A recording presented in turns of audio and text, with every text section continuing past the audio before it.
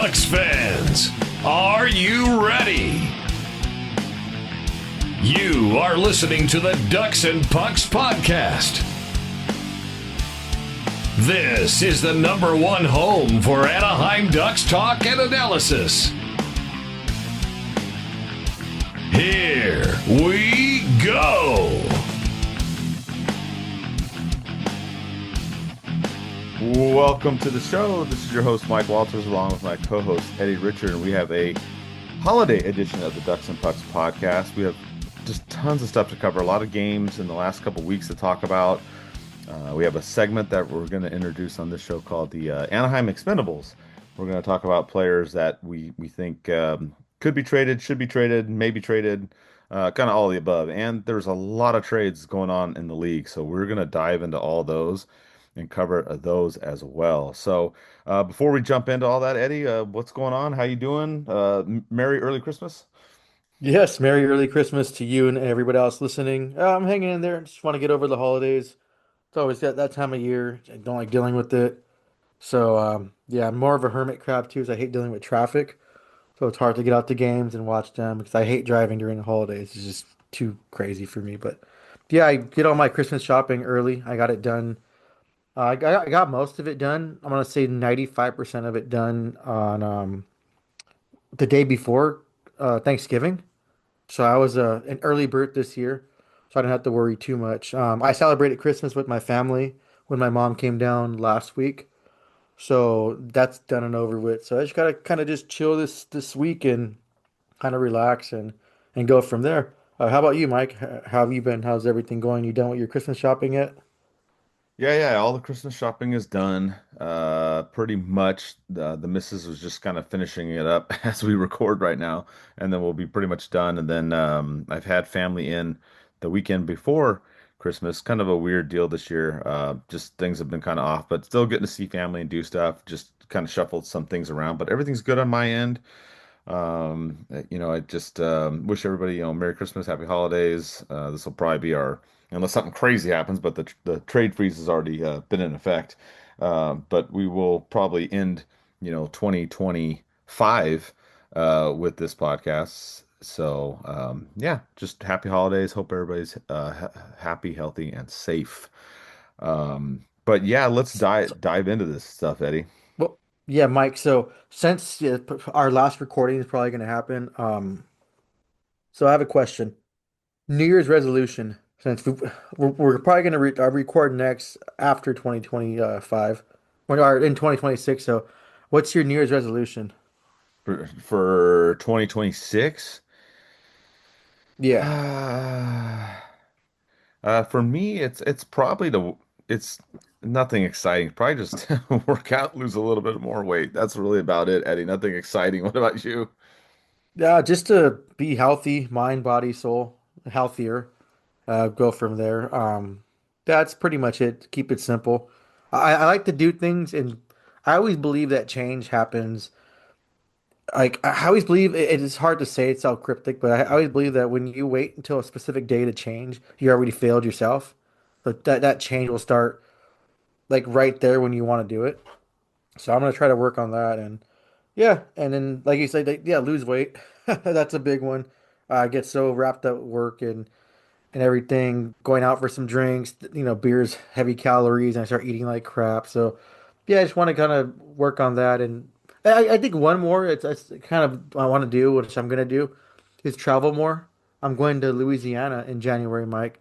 I've never been there, so that should be fun. And I get to go with my buddy. He's covering half the trip for Christmas and my birthday.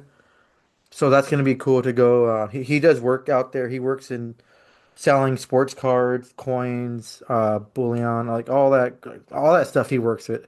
So he travels different times, goes to different states, and he'll go and make money. My Buffalo trip, I'm not my Buffalo, my South Dakota trip I went on this year. He went out there, he made some good money. He'll buy, he's real young. Well, he's not real young. I mean, I say we're real young, but I want to say he's about 36, 37 now. He walks in these coin places, Mike, and he sees all these people double his age, and they look at him like, "Oh, this kid doesn't know what he's talking about." He starts schooling them on all that stuff, so he's really good at that. I guess that's where all that history major stuff comes in for him. So he really he knows his stuff. He finds gems, and he flips them and makes his profit. So yeah, I'm glad I get to do that. And I'm planning to go to Rome too. That's gonna be fun. But yeah, I do want to travel more. I want to see more rinks. I want to experience more things. And after my Buffalo trip, it was cool to actually go myself. So I'm looking forward to that. I'm trying, Mike, too. On my birthday is January 2nd. So what I'm trying to do, and I think I told you this when we went to the game, which we'll talk about. I'm trying to fly to Vegas in the mid-morning, spend the whole day there, and fly back at night. I think that'd be cool just to do like a 1 day trip. It's so close.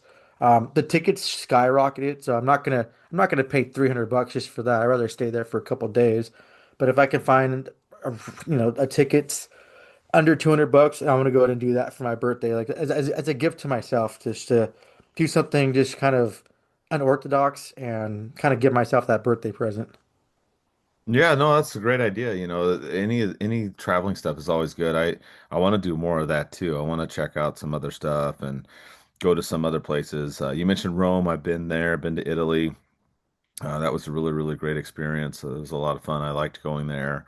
And I definitely want to add that to my list too. Like you were saying, just try to, check some other places out, other states, other countries, things like that. It's always good to go, just kind of see how other people do things, right? Because I mean, you're used to what we have here in this country, and I know we have some listeners like our buddy Tom and England and whatnot, and other countries, and they do things a little bit different. So it's always interesting to talk to people outside of the US and kind of see how they do things. It's always a little bit different, but it's never a bad thing to travel and check out stuff. So I think that's a good idea, Eddie.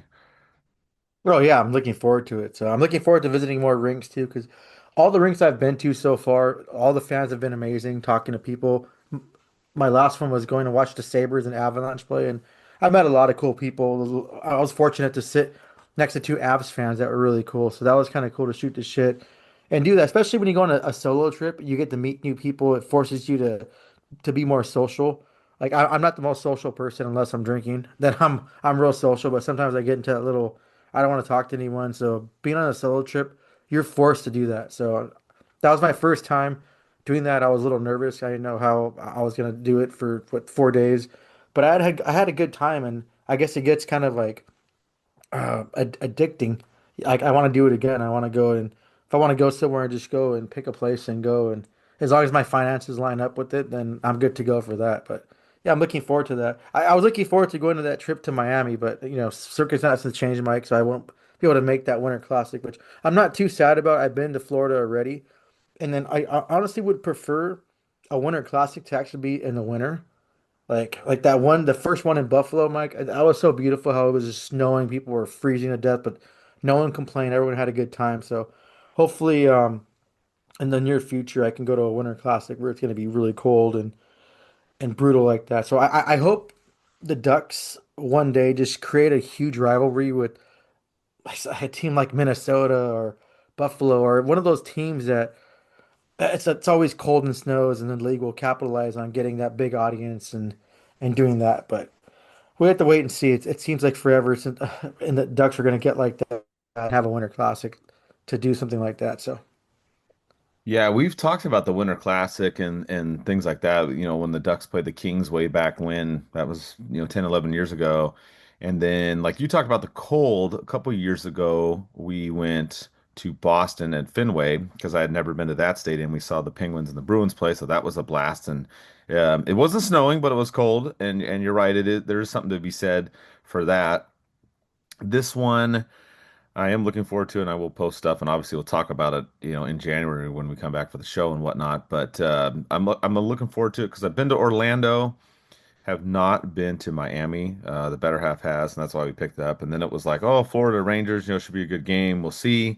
Obviously, as y'all know, Florida's had a bunch of injuries this season, so we'll see how it goes. But I wanted to check it out because I've never been to Miami and see that matchup against the Rangers. I think it would be fun. But you're right, there is something to be said for it when it's out in the cold.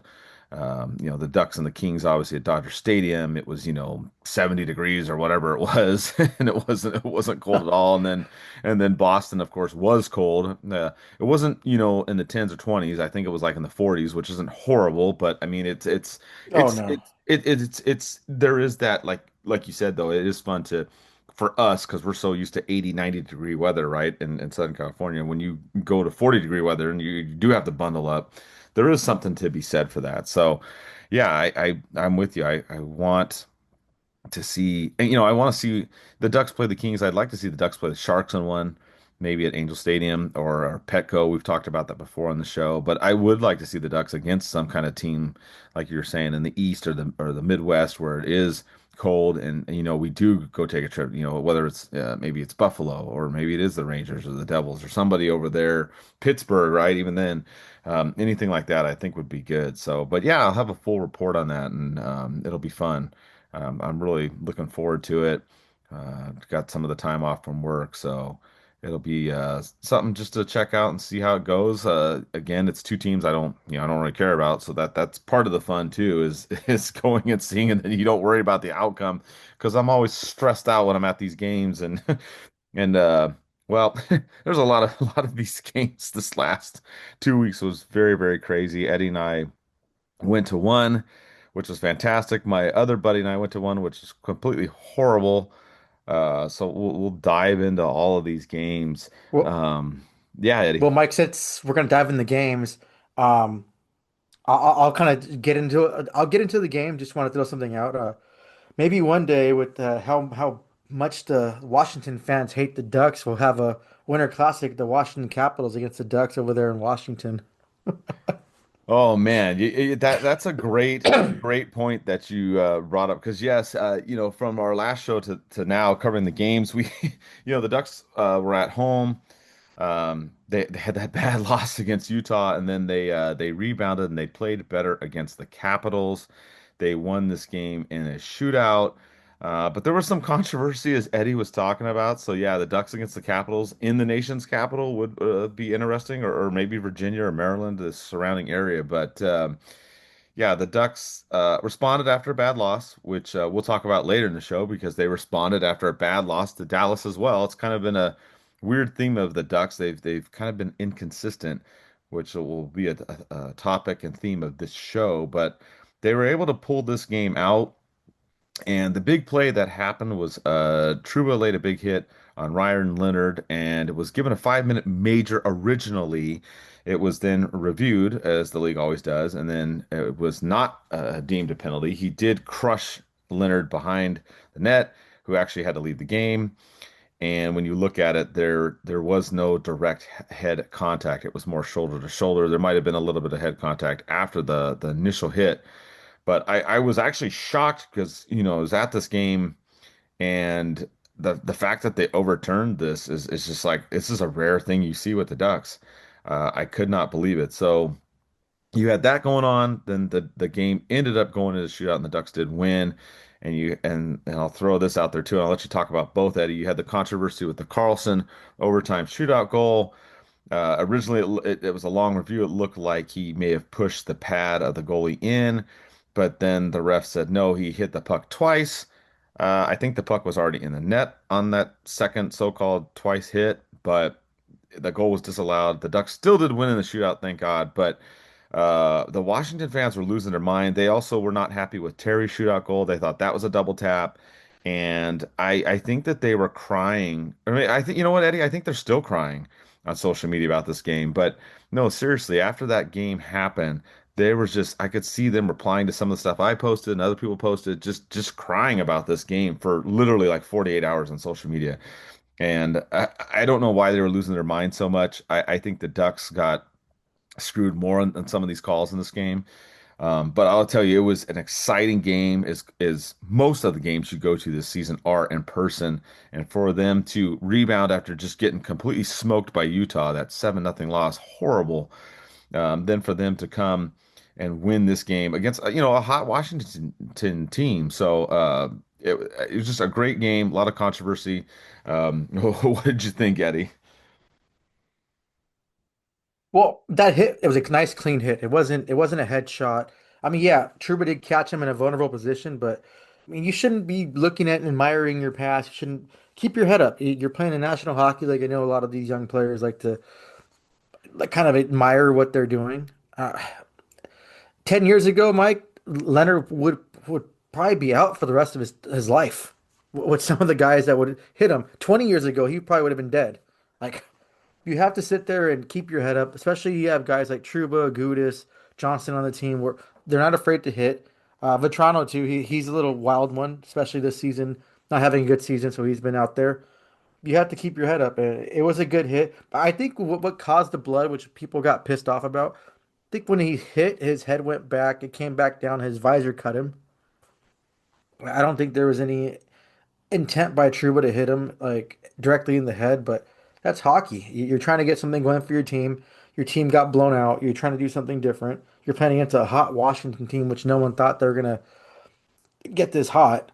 Everyone thought they were just gonna just barely either try to make it the playoffs or be out of it. But I don't think it was wrong. It was just funny the response by all the Washington fans is bitching and crying, like, "Oh my God, like are they that sensitive over there in Washington? Man, our nation's capital, you're gonna be that sensitive? Jesus Christ!" And then they got pissed off at the Ducks social media because they posted that hit and called it Trouba Train or something, and they were just like, "Oh, they're unclassy. That's just distasteful." It's like you guys have fucking Tom Wilson on your team. He hits people like that all the time. He does it with intent, and you guys cheer on it and repost the videos. But then the Ducks do it, and then you get to cry. What hypocrites over there in DC? You guys are freaking pathetic. I hope the next time you guys play, we take out one of your other players. No, I don't mean that. I'm just talking shit. But and then you have the interview too, Mike, with Tom Wilson saying that he called Trouba out to fight. Okay, this just speaks volumes for your team and how shitty your team is because a hit like that to one of your, I guess your up and coming, uh, not rookie player, but someone that's gonna kind of carry your team and be that next person. None of you guys did shit about it. None of you guys dropped the gloves. And I mentioned this on X too, Mike. These players seem like they're just pussies and they don't want to drop the gloves. Like their gloves are gorilla glued into their hands and they don't drop them. They just go and face wash. They give a little hug. They probably give him a kiss in the cheek or lick him like Marchand does and in Florida. But this whole new trend this season of players just talking shit after the fact and not going out and doing it. Go if you feel like that's a big hit and that's a really bad hit. He targeted the head. He hurts your rookie player. Then go kick his ass. Drop the gloves and take that 10-minute misconduct and fight. Do something about it. But you guys didn't do anything and talk shit after. And then I think there was something saying that, oh, wait till next game. Okay, well, if you're not gonna do it at that moment, you're not gonna do it next game. Like we all been to elementary school, we all been to high school. This whole meet me after the bell bull crap. Well, come on, it's not gonna happen. Take care of it right then and there. If not, then shut the hell up and move on. That's it. But Washington fans seem to not know how to do that. And you know what, Mike? Next time we play them, it's going to be, I think, early January when we play them again. I can't wait to repost that clip. Like, repost it on Ducks and Pucks. I'll repost it on my personal account. Let's get everyone wild up and just piss them off on purpose. It's going to be funny watching them scurry around trying to justify their actions and threaten Ducks players. And who knows if Trouba got any messages too, because you know fans would get all crazy. But yeah, that was one of two controversy things, Mike.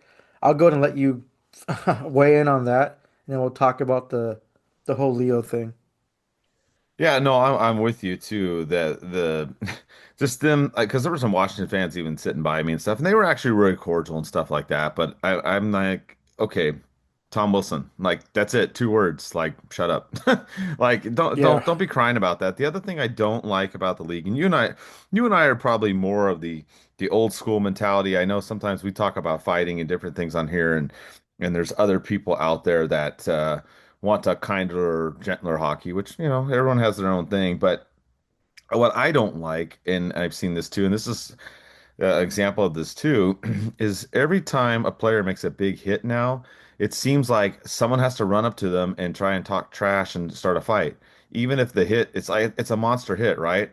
Well, guess what? If the guy lays a big hit on your guy, why don't you go lay a big hit on that guy? Like, why do you just grab the guy and try to fight right then or start talking trash? Like, it doesn't make sense to me all the time. Like some of these plays, they're legal hits. They're just really good hits. Gudis does them almost every game. And you don't see as much with that, but some of these other hits come out and then they get so offended by it. It's like, well, guess what? Like you said, keep your head up. and be ready. And if you get that big hit, then if I was playing and I got a big someone did a big hit on me, depending on what the circumstances are, I'm not necessarily just going to go grab them, drop the gloves. I might try and get them later at another moment and hit them hard. And that's the way I looked at it. But yeah, you're right. The way that they were so upset, I was just cracking up. And good on the Duck social media, because in the Yep. past, the old school Duck social media, some of these guys are gone. They weren't big fans of mine. They would not post things that were controversial, or they would post them, and if people got mad, they would delete them. So when I saw the And, Ducks yep. post that and leave it, that was awesome, Eddie. Yeah, whoever's running their social media team and whoever's running that Wild Wing account too, they're both kicking ass. They got rid of the right people they needed to get rid of, and they brought in a whole new team. Who knows? Or maybe the old people just the older people that worked there changed their ways, which you can't teach a dog a new trick. So I'm really assuming or thinking they brought new people in, and they've been really really funny. And I think we have to give credit to the Vegas Golden Knights. I think Vegas and even Philadelphia with the Gritty account, they changed the way hockey social media went because a lot of these teams are getting more ballsy. I remember, I want to say it was a Blue Jackets post. This was years ago, and I'm going to say the post because you know how dated it is. I think they said like something about BJ's, or no, the CBJ, which is their initials, the only BJ's you'll be, I guess unproud of or something, and people flipped out. I want to say it was the official account that posted that, and someone got fired over it. But I like the fireness. I like them leaving it up and not caving to fans, not apologizing. We've seen them apologize before on post. A certain player, which I won't name because he's going through some legal things. Former player for the Ducks, and it looks bad, so I'm not even gonna say his name because I'm kind of disgusted if it's that comes out the Trouba. I think you know who I'm talking about, Mike. They had like a black sensor over him. Yep. He was walking to the yeah. So I'll just leave it at that because, like I said, I'm not gonna right now the way it looks. I don't want to say his name because it's disgusting. But yeah, I'm glad the Ducks are holding their ground. I'm glad that their social media changed and they're having more fun and they're testing new waters along with all the other teams that are doing it. Some of their posts are funny. They're responding to fans in funny ways. So it's good to see that. That's good. That's good, really good interaction because it feels good as a fan. You have your team interacting with you. You have even some of the players will interact on social media. I know Brad Marchand has been doing that because he doesn't care. I think he's an old school gangster from the league, so he just does what he wants. So that's things like that are good for the game. I'm kind of in a disagreement with you a little bit, Mike. I know it's annoying to see every hard hit get a reaction, but we're so deprived on the fights. The referees do so much. They try to stop more fights in hockey games and actually call a good game, and that gets annoying. The league, a player already called out the league, a former player called out the league already, where their refs will get in trouble if they don't stop a goalie fight. So it's going to be rare to see that. Um, so like when those scrums happen, it's kind of entertaining and it's good to see. I talk to a lot of people and that don't really follow hockey traditionally, and the number one thing they say is like they like hockey for the physicality of the fights, and you don't see that as much. You're gonna start losing fans. Yeah, you're gonna get these new foo-foo soccer fans that want to come in here and want to watch a what's that what's that movie, Mike? Slapshot 2. I don't know if you've seen that movie. That Hmm. Claremont guy. Yeah, it's like, oh, let's do a family thing, no hitting, no swearing, no none of this. That's not what hockey's about. Hockey's always been the hard hitting, the best of the best warriors, the toughest guys in the world. Um, and I always say this to everyone I talk to. I think the league is just spitting on all the fans that been there from day one and made your league the way it is. You're just giving him the big middle finger, like, okay, we're gonna change all the rules and make it a softer sport for the new fans. Yeah, I know the new fans are gonna be the future, but you're just gonna sit there and screw the old fans over and like, okay, we're gonna change all this crap. That doesn't sit well with me, but yeah, I'm just glad. I'm glad the social media hasn't changed for teams and more teams are willing to kind of cross that little line, that red line, as you say, for hockey terms. So that's fun to see this season. Yeah, no, I agree. No, I'm with you on the fighting too. I'm all for it. I'm just saying when they have a guy just gets checked along the boards and all of a sudden he's got to grab him and fight. I'm like, okay, calm down. Like, but you're right. I think that they do try to stop everything way too much and you don't see as much of it anymore. And that part's frustrating to me. I just don't think you just need to, you get a hard check, you automatically have to go fight somebody. If it's a clean play. If it's a dirty play, then yeah, by all means. I mean, I get it. It's a dirty play. But yeah, I mean, well, it's just the way the league keeps going, the way they keep changing stuff. And yeah, we've seen that where even Gibson a couple times could have gotten goalie fights and they've stopped stuff. So there's that whole air of that in this game. That occurred, and I'm just not a big fan of Wilson running his mouth, like saying that, oh, Trouba wasn't going to fight. I'm like, "Oh, really? Okay. I mean, whatever, dude. You still had a chance to go try and check him hard later on when you didn't fight him. That's my point. And they, like you said, Exactly. no one else really did that. So the other part of this though that was frustrating for me was the shootout. I didn't like the whole Leo Carlson thing. Um, when he scored and then they reviewed it and they took forever. I knew once they were taking forever, I'm like, oh, this is gonna get called back. It's not gonna count. They're gonna pull this one back. But their reasoning to me was just completely wrong. I don't think he ever double tapped the shot, and I think he hit it with the pad and he held his stick against the pad. So there is an argument to be said that he pushed the goalie into the net, even though the goalie was already sliding backwards. So I still think it was a good goal no matter what anyway. But if the officials would have said, "Hey, he hit the pad with the stick and then pushed him that way in," I wouldn't have necessarily been happy with it, obviously, but that would have been a little bit easier to swallow than this whole double tap thing because A, I don't think it happened, and B, if you say there was a double tap, that's fine, but the puck was already in the net. So that's my 2 cents on the Leo shootout goal. He just followed through with the shot. It seemed like he didn't push intentionally push the pad. He just shot and followed through with it. He's following through, stick goes up. Um, yeah, it was one of those things where I mean, the Ducks fans were all gonna. You know what? It's not even Ducks fans too, Mike. On X, there's a lot of other fans that were saying that was a good goal, too. Yeah. So it was just that. So, um, and I do want to say this, and I posted it, and someone did write me back saying that it was confirmed. I believe, but I think this was the first time in Ducks franchise history that a shootout goal was overturned. So, I Yeah, guess I that don't know. It probably it's true. I don't remember one like that being overturned like that. So they're probably right. Yeah, so I think it was a good goal. He followed through with the shot. He went on and did it. It should have went in, but the hockey gods spoke for us because guess what? We still ended up taking the game and we sent Washington home with the L, and all their fans cried even more about that. Yeah, absolutely. I mean that one was such a wild one. It was good. It was good for them to come back. You saw the craziness against Utah. They won this game. Then you and I went to the next one, which was Military Appreciation Night, which, again, I know Veterans Day is already over, but appreciate everybody in their service that's currently in there or that has served in the past. And you and I went to this wearing our military jerseys.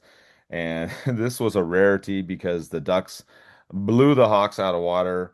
It was 5-0 by the time we got to the third period, and we were laughing because not only were we having a good time, but we were like, "Hey, I think this is the first time that we're at a game where like we don't really worry about what's going to happen in the third period." Because I mean, the Ducks just jumped all over them with those 4 goals in the second period, and Carlson almost getting a hat trick. That was just one of the I think it was the best game you and I been to. I think Eddie, the biggest blowout at least I can remember you and I attending together. Yeah, I can't recall the last time that we went to a game and we saw a blowout like this, and I haven't been to a game. I think that the last time I've been to a game where it was this much of a blowout, I was still in Colorado. I went to an Avs game and they blew out a team. I can't recall the last time I was at a Ducks game. The closest one, Mike, was that time I flew back over when I was still in the Army, and we're supposed to go to a Ducks game against Vancouver. And I think I know, I think you know where I'm getting at. Hmm. It was years ago, and I think they won 9-1 or something like that, 9-2. And my buddy and I were gonna go, but I haven't seen my buddy in years, so we decided to go and have some drinks first. One thing led after another, and we ended up just drinking for 4 hours there. Like, hey, well, we can't drive. We're not gonna go to the game, obviously. What a kick in the ass right there. I wish I was at that game to experience that. But man, that game we went to was just unbelievable. It was everything you wanted in a game. It was perfect. So that was kind of cool to see. And yeah, and I think we have this tradition too, Mike, where last season too, I went to a appreciation night with you. I think the season before that too, we went to the same thing. So I think we have to make this a whole tradition now. So you can apologize to your better half and let her know that every military appreciation night game we're gonna go together. And I think we've been winning all of them too, Mike. I can't recall one of the military appreciation or no veterans night, whatever, that they lost when we were there. So we got to keep this trend going. Yeah, absolutely. You're right. I think this is the third one in a row we've gone to, and they keep winning. So you got to keep going for sure for those. And this one too, the Ducks, they put up 53 shots. And I remember you and I were thinking it was some kind of a record, and they almost they almost tied the record, which was 56, apparently against Ottawa in October of 2013. It was crazy. In the second period alone, they had 27 shots, and that's when they scored those four goals. So I mean, it was like a crazy historic night for the Ducks. And you're right, that other game against Vancouver, I was there. If I recall, that was actually my birthday because I believe it was January 15th. So, yeah, crazy. And that's kind of the theme of the season too. The Ducks they've had some big wins and they've had some big losses. Because we have more to talk about on the show at the games, but this one was a really really good win for the Ducks. Good response. They took out Washington. They took out the Hawks. Then they went on their road trip, which Destroyed the Hawks, yeah, Mike. I know. Oh man, what a game! And Mike, I wanted to make a correction. I didn't wear a jersey that game. Remember, I wore my I had my brother make me the upside down D Yes. camel sweater. Yeah, so I love that, and a lot of people too, Mike, were questioning like, oh, how, your logo's upside down. Like, why is that? It's like, come on, it's from the draft. It's a joke. It's a running joke with the draft when they held that draft card upside down. You know what, Yes. Mike? That'd be a good T-shirt, which you can't do because the whole league will come after you. But you can get the exact picture of him holding the upside down D. That's a good market thing for the Ducks. If they sold that shirt, Mike, I'd buy it. I'd rock that one because it's funny. It's just one of those things where I guess we so-called sort of lost the draft, but we ended up getting a hell of a player, and I'm glad that we have Leo. But it was one of those running jokes. It was funny, and so I made that sweater. I always wanted it, and I'm glad I wore it that night. It was a fun night, and I'll probably wear it again for next Veterans Night. Yeah, you're right. I had a lot of people asking about that uh, when I posted that photo, and they're like, "What does that mean?" And I'm like, "Oh my God, you guys are killing me." Yeah, it's from the draft when the guy flipped the card over and it was upside down. People, if you forgot, that's what that was from. But you're right. I mean, they could even do that with the new logo. I know back then it was the Web D, but there's teams that do that now. There's people that have the new hats with the logos upside down. So it's not like an entirely new thing, but it's funny because with the Ducks, it literally happened at the draft with the card upside down. So yes, something to definitely look into and see if you want to do it. Eddie's done it. He can. You want to hit him up. He can get. You can buy like the crest and flip it around and do stuff like that. But obviously you can't resell it, so we won't go there. But yeah, then the Ducks had their recent road trip, and this is where things kind of fell apart. They did go 2-2-1, but this road trip really wasn't that great for the Ducks. They came back and beat Pittsburgh. They were lucky on that one. They won another shootout type game, like we talked about with Washington. And then you had some losses to the Islanders and the Devils.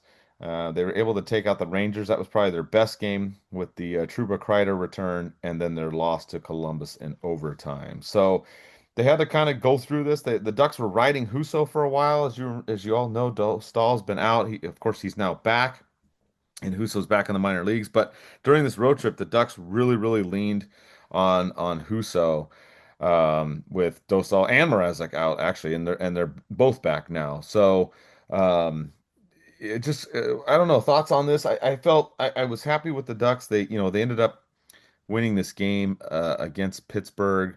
Um, they had a better second period. They got ahead, but then Pittsburgh answered back, and this game, what was the craziness of this game was the ending, of course, is the Seneca goal at the end, right? I was watching this at home, thought they lost. You all remember Kreider's called for a penalty with about 18 seconds left, and then Seneca scores. Technically, Erik Karlsson scored for us because he tried to block the shot and then knock the puck into the net with zero point 0.1 second left, like literally no time left in regulation.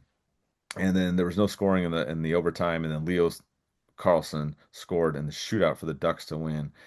This was just a wild game because I felt that like the Ducks did not deserve to, win this one.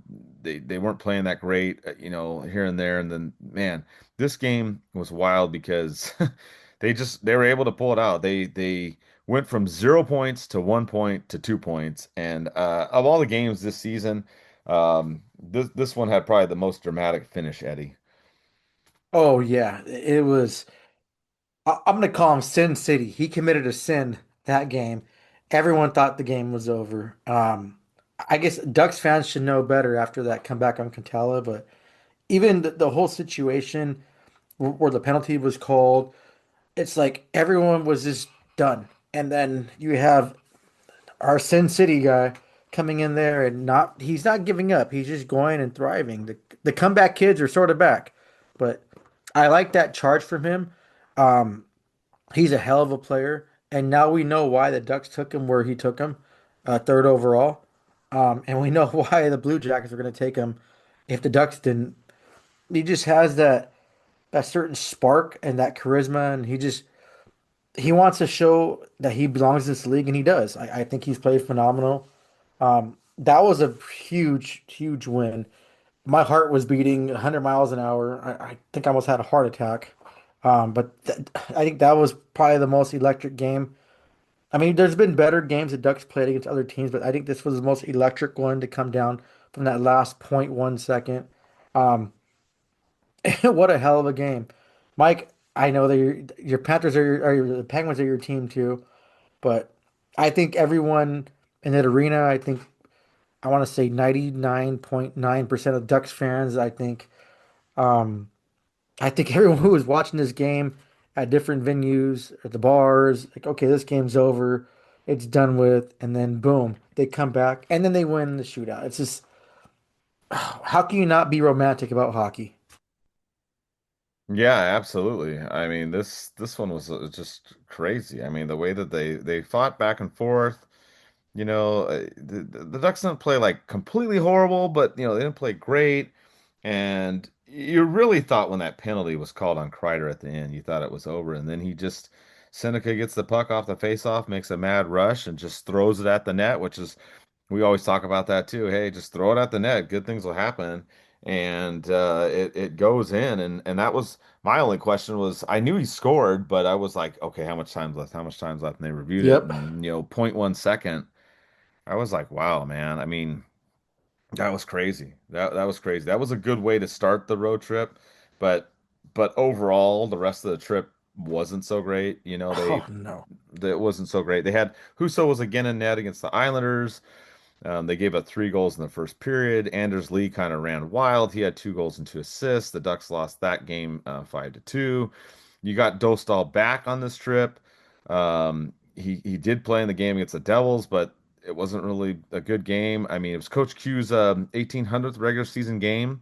Terry scored first, but then the Devils scored the rest of the goals and won that game. So those 2 games not so good on this trip. And then the big one against New York, Dostal on that again, and they won this one with Trouba and Kreider coming back, being welcomed back by the fans. So that was huge. You had Lacombe with a shorthanded goal in that one. And Dostal almost had a shutout too. He just had that weird goal with Robertson that kind of floated over him and he knocked it in the net. But much better game. This is probably the best game was the game against the Rangers. The games against the Islanders and the Devils were not that great. And then Husso was back in net against Columbus. That one too was not as good.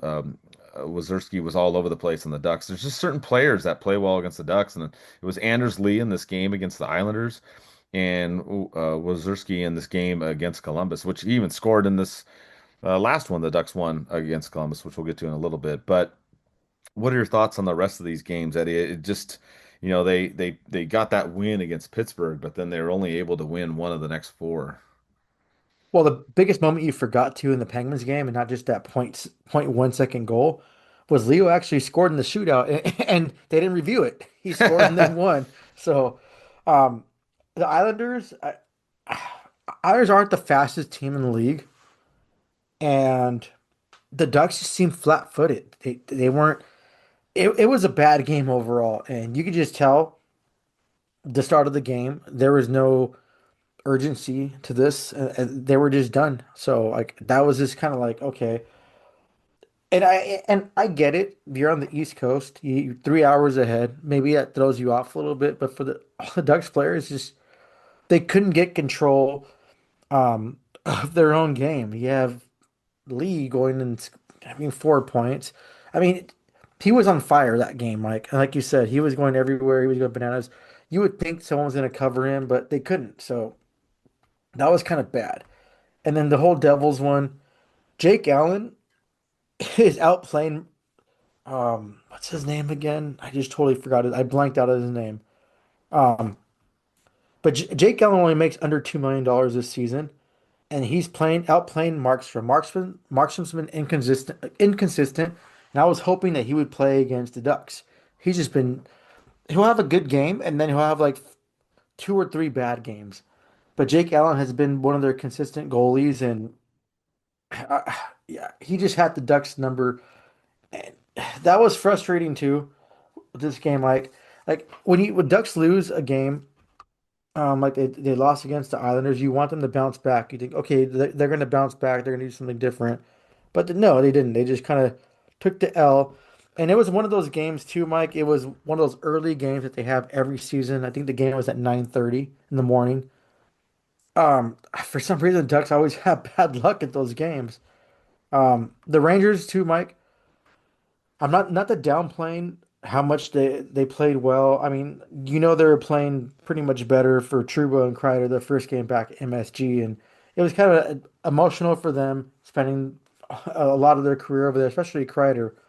Um, but the Rangers have been playing horrible at home. They can't score goals, and that's been the whole theme of it. So, um, yeah, this road trip too, it's been really inconsistent. Like you see a good Ducks team, you see potential, and then you see them get lucky. Pittsburgh, they got lucky, Mike. It that wasn't yeah, there was skill to it, but it wasn't just fully skill. I think that game was just a luck. Like you mentioned too, you throw the puck at the net, good things will happen.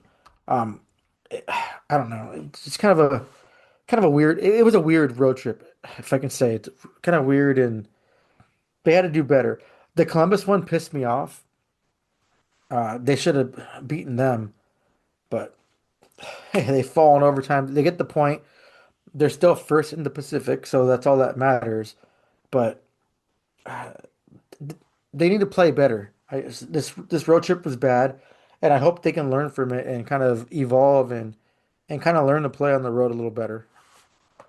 No, yeah, I'm with you. I mean, even like you said in that Ranger game, that game was close till the end too. So yeah, they won 4-1, but they also got some late goals in there to pull that one out. And yes, you're right. The Rangers have been struggling the whole season, but especially at home to score goals.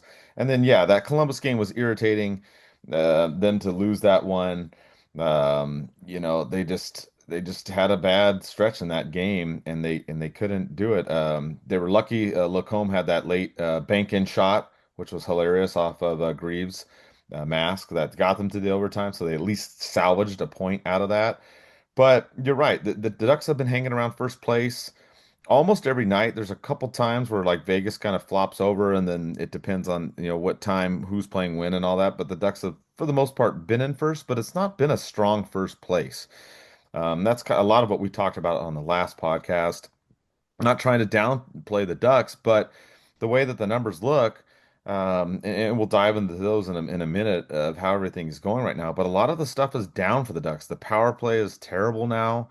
It's not scoring at all. The penalty kill has been subpar the whole season. And, the biggest measuring stick of that, I can tell you right now, is the game against the Dallas Stars. So I went to this game and with one of my buddies at work, I got upgraded tickets. get to sit down low, which apparently is a kiss of death. I think the Ducks should never give me upgraded tickets down low because that's happened twice now in the last year, and both times I've been there, they lost. But this, and I wrote about this in the recap. This is where this was like a measuring game to me for the Ducks and where they're at. You have Dallas, who's gone far in the playoffs, loaded with talent, offensive lineup, and everything. And the Ducks start out with a power play, give up a shorthanded goal. They answer back and get a goal, but then after that, Dallas scores, three more in the first period, three more in the second period, 7-1 by the end of the second period, and they couldn't get things done. And the same thing, the powerless plays we've talked about before, it's been horrible. I think they've only got like one power play goal in the last 3 or 4 games. It's just not been good. And this game, I felt like where Dallas is at is where the Ducks want to be, but they're just not there. They can't get there. And a lot of these games that they've won, we've kind of touched upon it, and it kind of goes even into the Columbus one. The Ducks are able to win. I feel like they're a pretty good team, even strength, right? If you look at their Corsi 4 and Fenwick 4 numbers, they're above 50 at even strength, so they're good. Special teams, not so good. But a lot of the stuff with the Ducks is the offense has gone way up this season, right? They used to be averaging almost 4 goals a game. They're now just under 3.5, which they're also giving up almost 3.5. So you've seen a little bit of that going on there too. But you can't always outscore your way out of these problems, if that makes sense. Like with Dallas getting so far ahead of them, there was no way to come back. Obviously, they got some revenge. They did come back and play better in this game against Columbus. They got revenge for a couple reasons because they got blown out against Dallas, and as you had talked about, they had lost to Columbus on the road earlier in the week. So it was good on them to respond. I do like that about the Ducks. Like we've talked about, they've lost some of these big games and then have come back and won. But the theme is they are inconsistent, and that's the thing with this team is the defense and like the transition game when they don't have the puck. It's problematic. The turnovers and the passing has still got some things that they've got to work on because you've seen some of these plays where they're a lot of the other goals by the other team are off of like failed clearing attempts in the own zone, turnovers in the own zone. A lot of that's going on, and then of course the special teams, the penalty kill is at 75%, which that's not good. You want to be over 80%. You're not hanging out there. And the power play, which was red hot, was like 25%. It's dipped down now to just under 17%. That's not good either. So yeah, I was very, very frustrated this game against Dallas. I expected it to be like a high scoring shootout type game. I guess the only good thing about it was they were down 7-1 going to the third. The Ducks didn't give up. They got a couple goals in the third period when the game did not matter at all. But they still kept fighting. That's one good thing about this team, as we've noticed, just like in that Pittsburgh game, they ended up pulling it out at the end. Even the Islander game that they lost 5-2, they were down 3-0 and fought back 3-2. So there is a lot of the comeback kids stuff in there with the Ducks, but I'd like to see them score first more often. 2/3 of the games this season, the opponents are scoring first, and the Ducks have just under a 500 record when that happens. But when the Ducks score first, they're 12-2-0. So, I mean, their chances of winning dramatically go up when they score first, Eddie. Yeah, it's funny too that the last game we played against Dallas, or they played against Dallas, Dallas scored 2 goals real quick, and they had their best goalie Ottinger in there, and then they they have Casey DeSmith in net, and they get blown out, and they can't find anything. So Dallas is an elite team. They have, I mean, they're projected to win the cup. I think they're a cup contending team. I think that they're really phenomenal. They took out Colorado last season with the addition of Ranton too. It's just they're crazy. But the Ducks, it was a bad game. It was an atrocious game. It was one of those games, Mike. I'm sorry you were at. I almost went to that game too, and I'm glad I didn't, because my my long drive home, just me in misery, sucks when they lose. But this was more than a loss, and this is kind of the game that Ducks played, where Ducks fans could walk out of the stadium early and not be ridiculed or not feel any sense of, oh, you're giving up on the team because the team gave up on you. So, and more importantly, if the Ducks do this, and you can just walk out and give up on them. I'm glad they had that bounce back game against Columbus, which I wanted them to have a bit better win.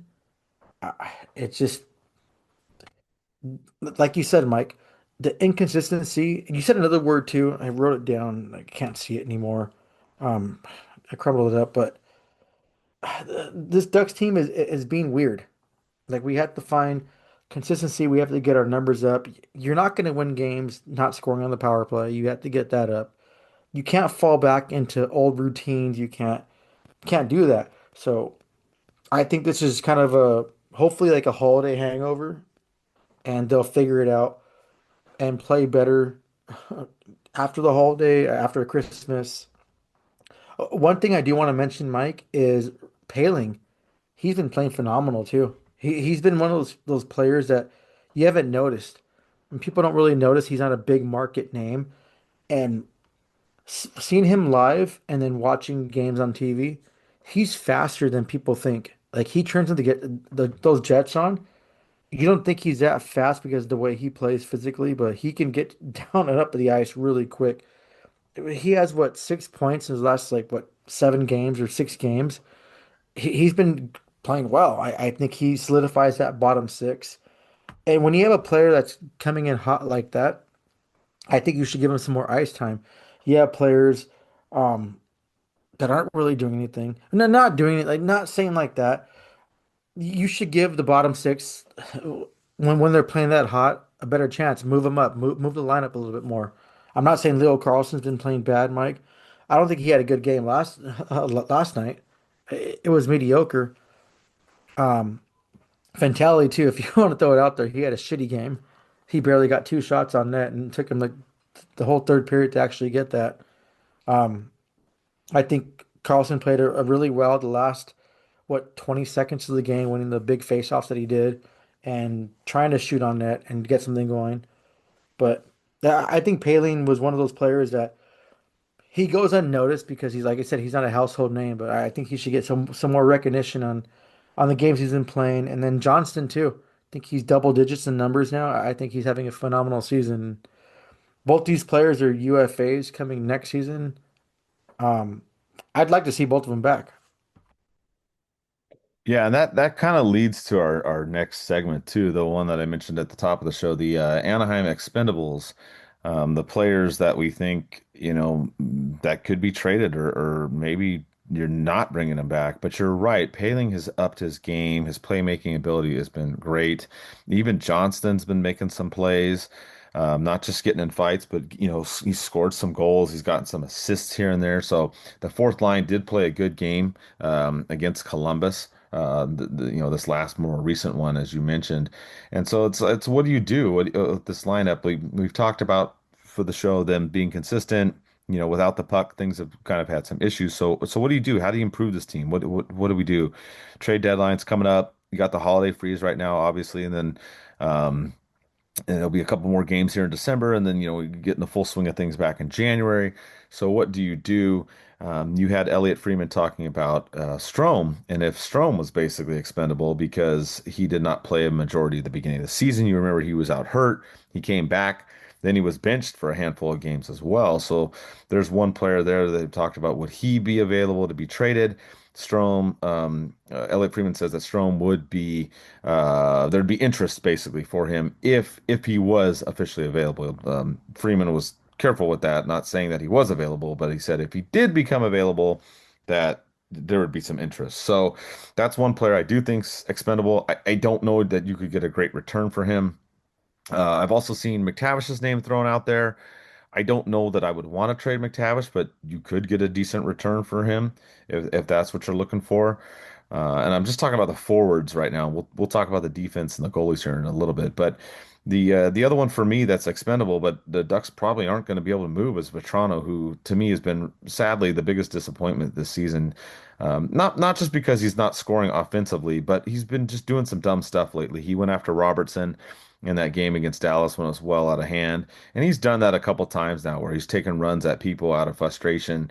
And, I get it. And we've talked about the fighting and the different things earlier in the show. But if you're just going after someone to go after someone, just because you're frustrated, you're not scoring, or the team's getting blown out. I mean, it's just dumb. Like that was a dumb thing that Toronto did in that game against Dallas. But with his contract, where he's getting paid, some of it now and then a bunch of it later on, it's going to be tough for anybody else to undertake that contract unless there's some kind of restructuring, by the other team. So, if you're looking at expendables, to me, Strom was one that I could see getting moved.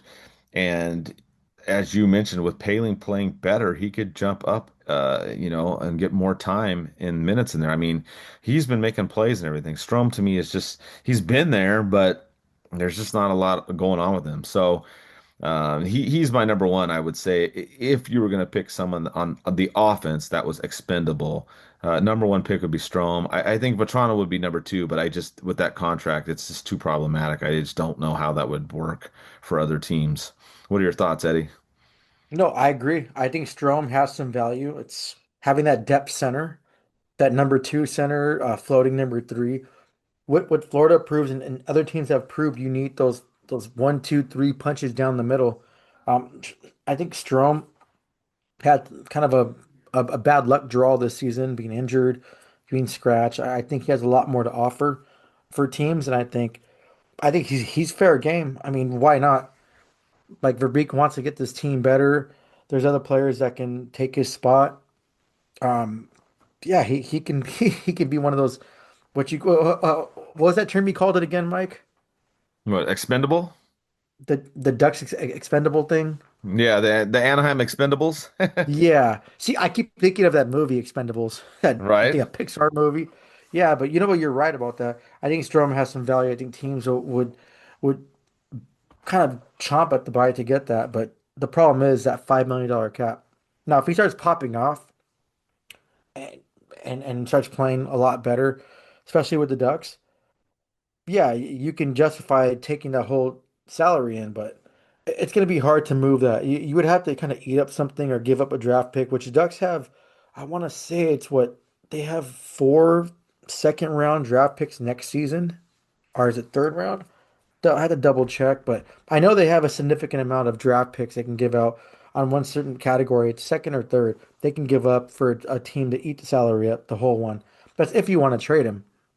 Ducks are still number one in the whole Pacific, so they're gonna want someone like that to have that kind of that punch in the middle. Like he's a good player, and we haven't seen his potential yet because it's been kind of a weird season, and I guess that's the whole theme of this show, weird. Yeah, So weird. he could Yeah, yeah, he could generate something going for the Ducks, especially if we're going into the playoffs. But Toronto, it sucks to say, my uncle, not a good season. And I think, like you said, Mike, you made a really good point. I think his frustration's getting to him the most, so he's taking those dumb penalties. I'm all for physical play. I'm all for, kicking someone's ass, but that slash was bad. That was a bad slash. Trip him. If you're worried about him going and taking a shot on goal, just trip him. But the slash seemed to me like it was kind of an intent to injure, and I'm glad that, I'm not glad, but he's lucky he didn't get any supplemental discipline for that. The whole takedown that he did, that was bad. It was a bad look for him, bad look for the team. If you're really that pissed off that he just pee tapped you with that little tiny whack, then bro, skate off the ice. Tell Q that he needs some. You need to just go to the locker room. Like he had his wires crossed, and it was just bad, and it sucks. And I think we can apologize to Dallas fans for that. The whole Ryan Leonard thing with Trouba, no, we're not. That was a good hit, but what Vetrano did, that was bad. I think he should have been benched after that play, not suspended. I think the fine was warranted. I think he should have been benched by Coach Q. The very next game against Columbus, I think his wires got crossed. He needs to kind of reevaluate his game and find his feet. And I'm not to say I'm right. I know a lot of people got pissed off at me on previous shows and previous posts I posted on Twitter or X. Uh, but I always said this extension was a bad idea. That Vetrano should have been traded when his value was so high. Yet the Rangers interested in him. I forgot the other team that was interested, but he could have got. and fetched a good return for the Ducks. And I mentioned it numerous times. Don't sign him. This is one of those seasons where it's a fluke. We've seen it before with other players. Nothing against him. I think he's a good player, but I think that season he had, that career season with the goals and everything, that it wasn't going to translate anything, Mike. And we talked about this offline. And but I think he has it's like 5 points this season, Mike. Like, man. And he just hasn't been looking good. His shots have been going wide off net. He's been shooting right directly at the goalie's center chest. It's not a good season for him. I don't think a team or a player or like he, I don't think any team would take him right now. I think he's just one of those things the Ducks screwed up on. Verbeek shouldn't have made that signing. Um, I don't know what he was thinking for that. And his contract is the kind of a Otani contract. I hope I'm saying his name right. I'm sorry if I'm not. I don't really follow baseball, but he's going to be paid most of his salary at the end, and I think a lot of teams aren't going to take that. So you have to try to figure out what's going on with him, see if you can get his game back, milk the last. I don't know. I don't want to say milk the last hockey of him, Mike, because he's still young, but something needs to change for him. Um, we've seen teams waive players back to the minors and then bring them back up after they found their game. We'll talk about Jari later, but Jari was sent down to the minors. He came back and he played phenomenal this season with the Penguins. Not phenomenal, but he had a bounce back game. We've seen other players do that, so maybe something like that needs to happen with Vetrano. But I mean, maybe it's a fluke, maybe it's not. But he could still put the puck in the back of the net. I do like his heart, Mike. I'm not trying to just shit on him the whole time. He has good heart. He has good intentions, but against the whole Dallas team, you're frustrated. Dude, come on, man. Use your brain. You could have seriously injured him, and it wasn't worth it. You're already getting blown out. You want to fight someone, spark your team, go pick another player. Don't take a dangerous slash like that. Don't grab him by the neck and slam him down. You could have broke someone's neck and that would have been it. And it's not worth it. It ruins your character, and it was a bad move, Mike. And it kind of reminds me of Todd Bertuzzi when he punched I forgot the guy from the Avalanche, but he ended up breaking his neck. And you don't want to do that to players. Like I talk a lot of crap. I like the fighting, like the hard hitting, but I would never want to see a player get significantly injured and kind of end their career off a stupid move like that. Yeah, like you talked about saying for Dallas, like telling him, that I'm sorry about that. It's true. I don't know what he was thinking on that play at all. It was dumb. Ended up giving, Dallas a 4-minute power play out of that too. I mean, the game was out of hand. I get it, but still, you don't want to dive into that. And I absolutely agree with you. I really, if I was Coach Q, I would have benched him in that following game against Columbus. Yep. I mean you've benched Strom for some stuff. So I mean, and Strom has not lost his temper. You've benched him because of different things with his play that you think he should be improved. I mean, I would absolutely have benched Toronto. And I think he should be benched a couple games here and there because he needs some kind of a reset, like you've talked about, Eddie. I think it should start there, and hopefully it works because I wouldn't want to see him have to, be sent to the goals and then back up and that kind of a thing. Though, I mean, like you said, it's happened before and it's worked for players. So that's why I definitely think he's expendable right now. But obviously that contract, and it is Otani, like you said, how you pronounce his name, but that's a big stumbling block there. So I'm hoping that he can figure out something and get reset. The other thing with the benching that we've now found out is Coach Q is rotating the defensemen. So on the defensive side, who do you think's expendable? And you've got four guys here. You've got Hellison, Zellweger, Minchukov, who got that nice goal in this last game against Columbus. Moore, who's also been having a pretty great season as he's worked his way in between those three guys, and now has created this rotation that we've talked about because Trouba's not coming out. Gudas is not coming out. So, look, the $72 million man starting next season, look home with the new contract isn't coming out. So they're rotating between these four.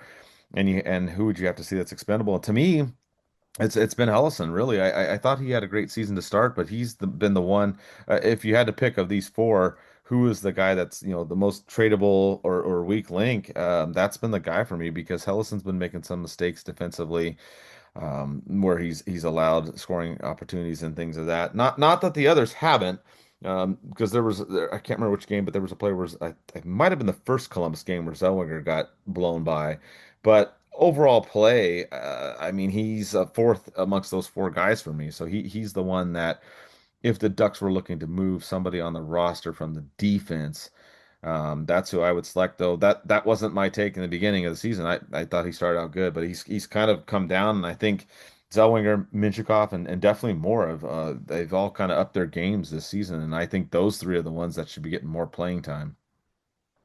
Yeah, and I agree with you, but like Hellison, he was playing well, and I had his back offline. When we are talking, Mike. I think the whole issue is you have to keep consistently playing these players. If they have a bad game, they have to get back in there.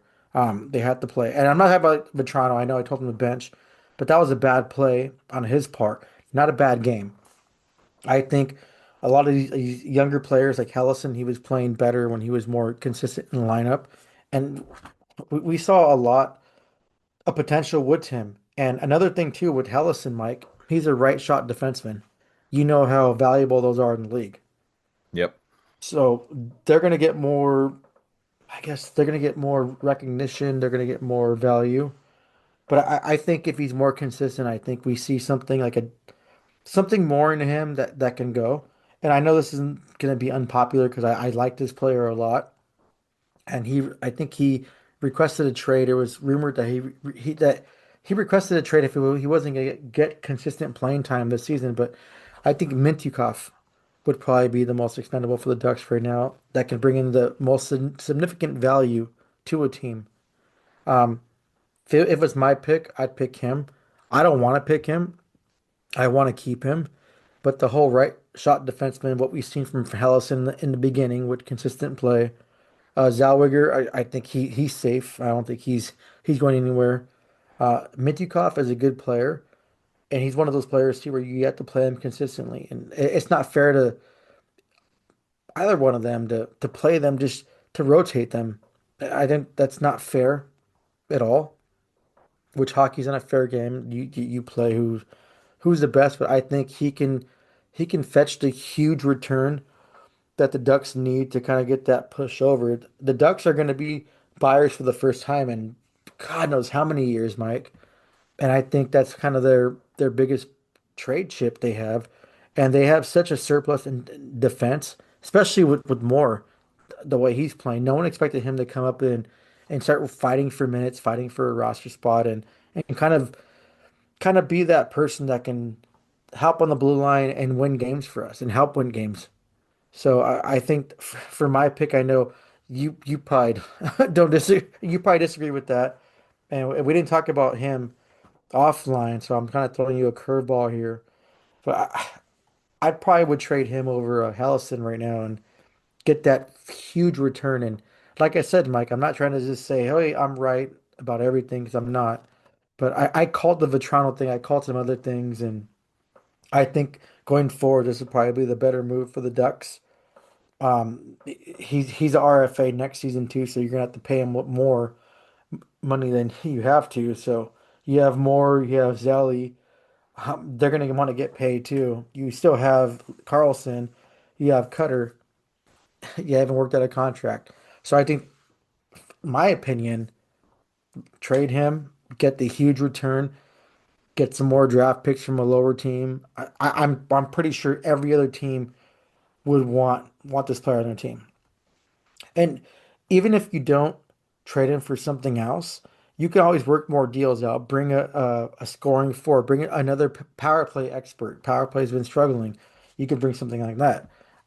We'll talk about other teams on who I think the Ducks can work out things with, but you have New Jersey, you have Minnesota that made a big trade. I think he would, he Mike, he'd fetch a huge return, and it would be just nuts if that trade happened. It'd probably be just a shy under the whole Quinn Hughes trade if Minty went to somewhere else and they traded him. Oh yeah, I know. I don't disagree with you at all. I think that yeah, of those four, he's probably the one that gets the biggest return. Absolutely. So I think so too. I just meant as far as in terms of play, and that's like you said, it's like, do you want to trade him? You know you can get that return. You know, it's kind of like McTavish, right? Like some people have talked about him. Is he expendable? Do you want to trade him? But I mean, McTavish, I mean, he's not having a bad season. He's got 8 goals and 14 assists. He's not doing horrible. So I wouldn't trade him. right. And so, and it's like you said, but it's like, what do you want for the return, right? If you're trading a Strom or a Hellison, you're not going to get the return for those guys that you're going to get for a McTavish or a Minchikov. So that's the rub right there, right? Like, I mean, you got to trade something to get something, right? And then you can't just, say, okay, we're going to go with this guy and hope we get the best because that's the whole point about this expendable thing is yeah, there's some of these guys on the team that are expendable, but they may be ones that the Ducks just have to let the contract run out. They might not be able to get a decent return. But you're right. If they were going to trade Minchikov, that would be I think they could get a lot for him for sure. I think that would be a really good deal if they wanted to do that. And then, like you said, yes, the right hand shooting defenseman type thing is definitely a thing to note. The other part I'll mention before I get to the ad read, and then we're going to talk a lot about the league trade stuff and a couple minor things coming up with the Ducks before we wrap up the show. But the other part of this too is the goalie situation. We touched on it on the show a little bit. You had Husso come up and play, 9 games. He was an emergency recall. So he did not have to go through waivers on the way back down because he did not play 10 games. He ended up only playing 9. So that's how that worked out. Mrazek coming back and everything, the timing and Dostal, it all kind of worked out. Butites went to the Tulsa Oilers, which is the ECHL team. But now, with Huso playing well, does that make Mrazek expendable? And I do think the answer is yes. I mean, Mrazek had some really tough games in the beginning. We joked about, the Ducks winning these shootout games, but he's gotten better. But I mean, came in and did a solid job. I mean, he played pretty well overall. He had a couple games where it's kind of, things didn't quite go his way, but I mean longevity wise, I would take Huso as your backup to Dostal, but then of course you have to figure out what you're going to do with Mrazek then, because Mrazek does have to go through waivers. So, are you going to trade him? And then something that we talked about actually before the show, and you brought up, which was a good point too, Eddie, and I'll let you kind of carry on with this, but there's also the concern for the goalie depth in the minor leagues, right? So if you bring up Huso, Eddie had brought this up to me, is okay, and you trade Mrazek, if you're not getting a goalie in return, then what about that depth in the minor league? And that's a good point. So I don't think the Ducks will do anything. I think they're just gonna ride it out with Dostal and Mrazek unless there is some more injuries. But it's just something that I wanted to mention because we're just kind of going through the offense, defense, and the goalies with are these some names that could be out there and be traded in the near future, or will people be calling on? But Eddie, I'll let you touch on that, and then I'll do the ad read, and we'll get into all the big league trades that just happened recently. I think Doss should be traded. I think he's a horrible goalie, and I'm just kidding. No, I want to throw it out there. But yeah, you know what? Like the whole Mrazek thing, he hasn't played bad. Like he's capable of stepping up to a starting role when a player is injured. He's not going to be your number one starter, obviously. Huso, I think he's playing well with the goals. I think he brings that depth. He can be called up and kind of solidify that spot as a temporary number one goalie. And he had bad games too, but we saw him having good games and still games for the Ducks. But it's going to be hard with Mrazek, the 4.25 million cap. So Ducks are going to have to eat up salary. Um, yeah, I think he's probably the one that can go. A desperate team can take him that needs a number one goalie. Edmonton, and we'll talk about them when we get to our trade segment. But yeah, we need a goalie in return, and there's other teams that can give up a goalie and get something back. We can make a trade. We can send one of our second round picks over the over there and get something like that. I know Buffalo with the Pekalainen, Uka Pekka Pekalainen, hard name to say. I get it right sometimes, but he's been proven to be a good goalie. Alex Lyon has been outplaying him. I think Alexander started the last like 4 or 5 games, and they're on like a 5 game winning streak. I think he can go and correction too. The Ducks have three 2027 second round picks, so they can get rid of something. They can get rid of one of those picks. I think going forward, Mike, and I think you can agree with me. The Ducks aren't going to be last in the league. They're not going to have that value in the second round pick going forward now. I think that they're going to be primed for a playoff spot going forward, and they're going to be either 1, 2, or 3 in the whole Pacific. So you're going to get a 15 to 32 pick. It's not going to, oh, I'm sorry. 1 through 15 pick. You're not going to get, or no, opposite. My bad. You're going to get a s- an okay draft pick. You're not going to get a high one. So I think the Ducks could afford to kind of trade away those picks and get something. So I think if you can make a trade for Mrazek, you can package it. Obviously, you're gonna have to eat up. I think a million five would be cool to eat up for that. But yeah, the goal is going to be a lot harder situation. But you can capitalize on teams that get desperate. Goalies get down, they get injured. Mrazek proved that he can hold the rounds. He was playing well until he got injured, Mike. Yeah, he had those games that were kind of shaky, but like you mentioned, he was still undefeated at one point, and he did enough to hold the Ducks in to secure the win. So if you have a team that has high power offense, Edmonton have Draisaitl and McDavid, then yeah, he can hold his ground. And we'll talk about it in a little bit. I'm like, it's rolling off my tongue, but Edmonton's in a bad spot right now. All right, let me break it up then. I'll do the ad read real quick, and then we'll jump into Edmonton and all the trades because it does tie into all of that. So, Yeah. real quick, we're part of the Hockey Podcast Network. DraftKings is one of our sponsors. We are part of their Pick Six deal. So, the holidays are heating up. On Pick Six, DraftKings' newest fantasy pick'em game. Make your NBA picks for a shot to win big cash prizes this holiday season.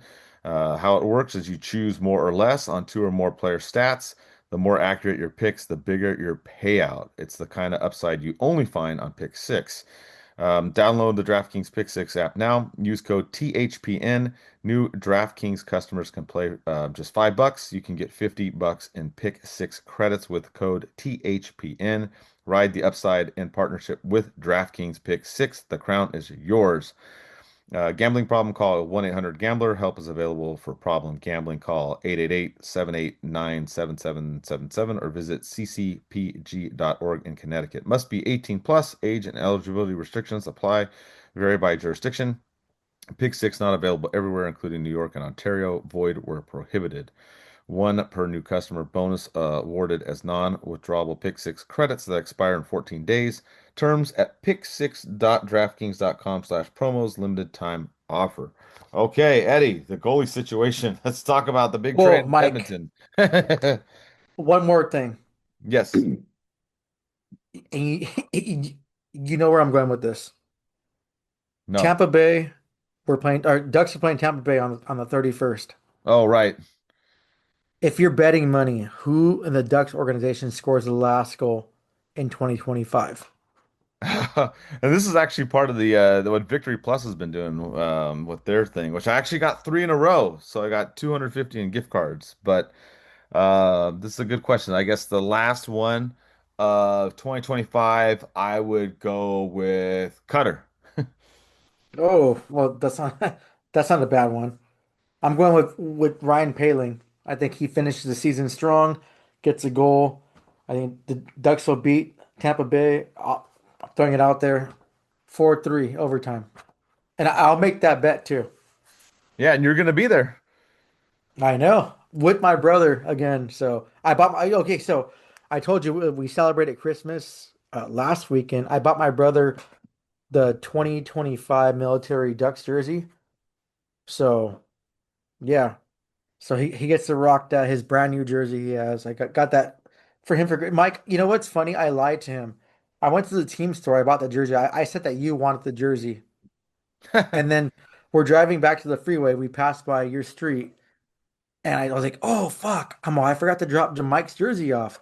Just throw him off again. I'm like, oh, I'll just mail it. I'll mail it to Mike tomorrow. Like he wants to wear it. So I kind of lied my and fib my way off of that. Um, Nice. so yeah, that was always fun. Mike, we went to one more game this season too after that that one. I wanted to bring that up real quick. Which one? Which one? Oh, which was it? It was a Sunday game, wasn't Mm, it? Oh that yeah, was yeah, Chicago, Chicago. yes, we That did. wasn't Military Appreciation Night. That was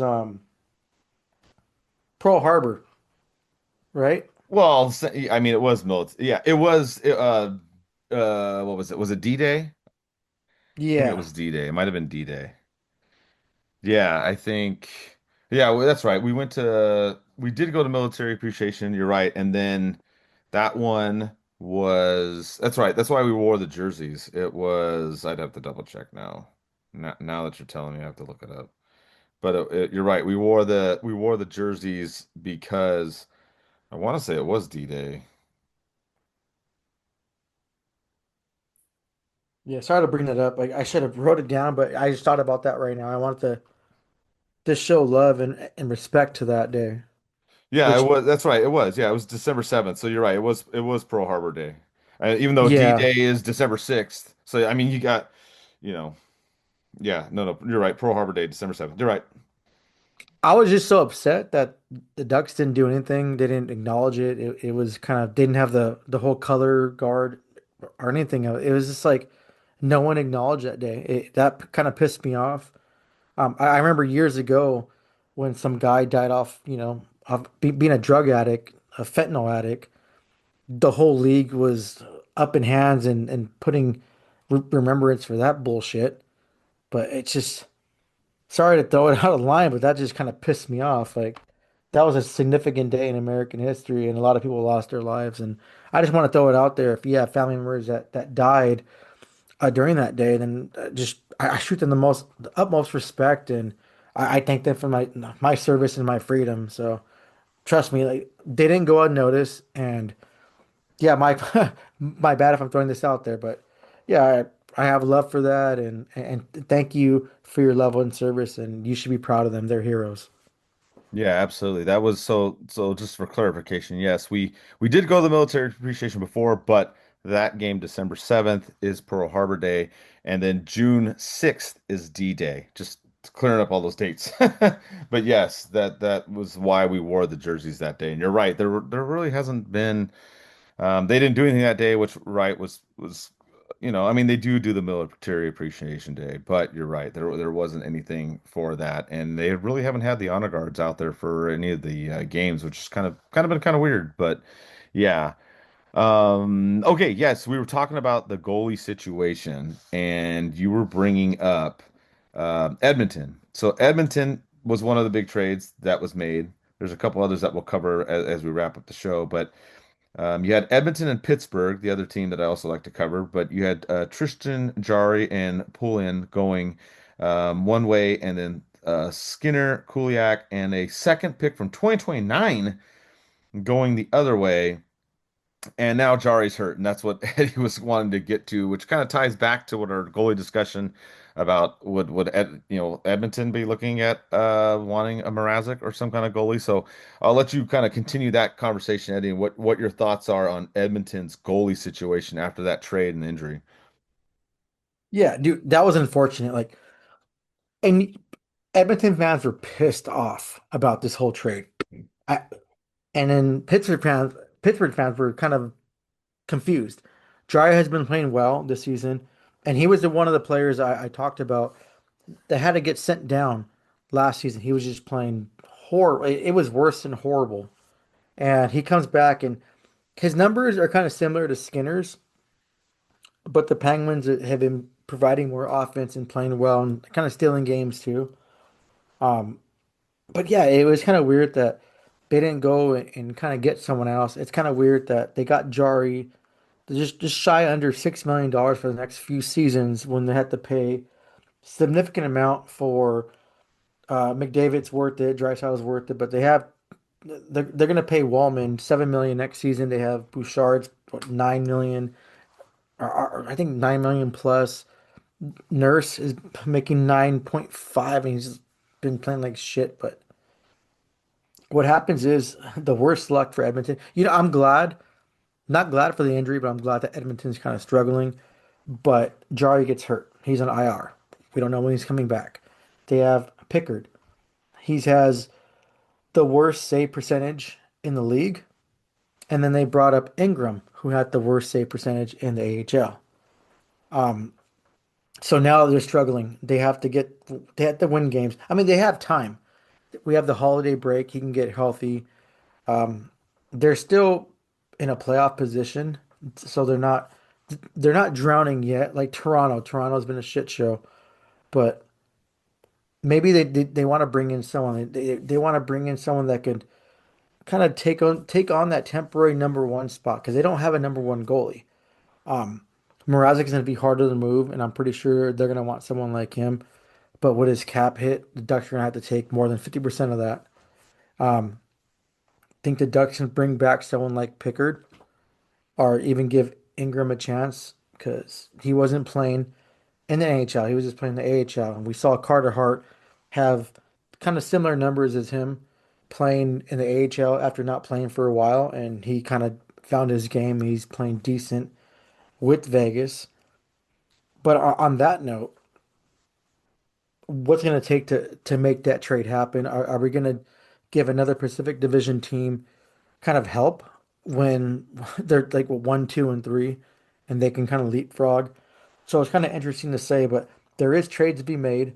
Um, Pickard can come back or Ingram, and I think Pickard is not a bad goalie. I mean, he's had to deal with the kind of atrocity with Edmonton having to deal with this season, playing that slow start, getting blown out by games. But I think he can handle a decent backup spot. We've seen it in the last 2 years of them going to the Stanley Cup final when they had to pull Skinner and have Pickard in there, and he stole games.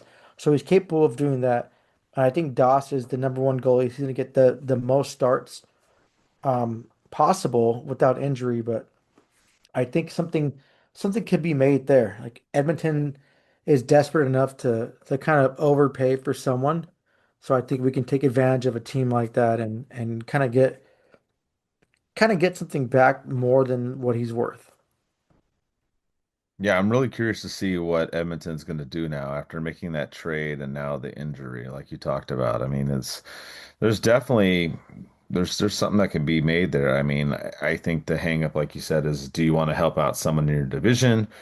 Maybe not, especially with the way of how like the Pacific is just so competitive this year between like the top, four teams there. It's just like it's big jumble up with Vegas and Edmonton, the Kings. Even the Sharks are doing better. I mean, there's a lot of stuff going on in the division, so I don't know if they'd want to do it, but Edmonton's going to have to try to figure out something for sure. Now that that's happened, and you're right, it was a weird trade from my standpoint. Like looking at Pittsburgh, I'm like, I don't know what was going on here, and then Yeah. it was weird too because then you had them play each other in the game. It's just like what the heck. So that was just weird. I don't know. I don't really know. I don't think the trade was unfair. I just wasn't really anything I saw on my radar. I just thought that was kind of like, oh, okay, they're gonna trade goalies and they're gonna trade a couple players and a pick. I'm like, okay, like I don't know, just that one kind of seemed out of nowhere. And then you had the really, really big trade with Quinn Hughes that like took everybody by storm at that time because you had a lot of people in New Jersey that were upset because there were people predicting that Quinn Hughes would be traded there, obviously because of his, brother being there and getting them together and all that. I mean, with Jack, but it didn't work out. Instead, you had Minnesota and Vancouver do this trade, and I mean, it's crazy because Minnesota got Quinn Hughes, but then Vancouver got a first round pick. They got Marco Rossi, they got Liam Olmgren, and Zeev Buyum. So I mean, there's a big return there. A lot of people called this trade an even trade. I don't know if it was necessarily an even trade, but I mean, it was absolutely a blockbuster trade. That I mean, there was talks about this one Not necessarily, obviously, Minnesota and Vancouver being the trading partners, but there was rumors leaking out that Vancouver was looking to make a move. And I mean, if you're going to trade him and get a haul, they definitely got a haul for sure. And I mean, obviously, Quentin Hughes is a phenomenal player. Don't get me wrong. I just, I don't. It's too early for me to evaluate trades. When everyone's like, oh, everyone wants to make this quick snap judgment. I don't know if it's an even trade. I do think, Vancouver got a well-deserved return out of it for sure. But I mean, just like we saw in the Edmonton-Pittsburgh trade, a player gets hurt, not knock on wood. I'm not hoping Hughes gets hurt, but I'm just saying things happen. I don't know. That's a lot. I mean, I think good on Vancouver. I think they got a massive return. I don't know how many other teams could have provided that kind of return, which I think was huge for them. And yeah, I know you want to chime in on this one because I'm the other part of this thing too is Hughes's contract, and then what's the future there lie, and I think that's where Eddie, you wanted to kind of evaluate this trade too was okay, well, what's the future hold for these players on each team? Yeah, that was a huge return. That William kid, I was telling you too, he's a good hockey player. I've watched games, watching him play. He's so smart. He's still young. Like we know defensemen, they take the second most time to hold develop. Goalies take the most.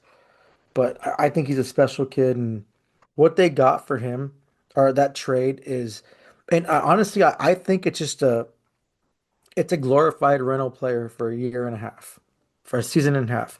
Um, Quinn Hughes already mentioned that he wants to play with his brothers, which we all seen what history has done. Look at Scott Niedermayer. The Devils offered him a hell of a lot more money to play. I'm sure other teams offered him too, but he wanted to come to Anaheim on a discounted deal to play with his brother. And guess what? He won a Stanley Cup.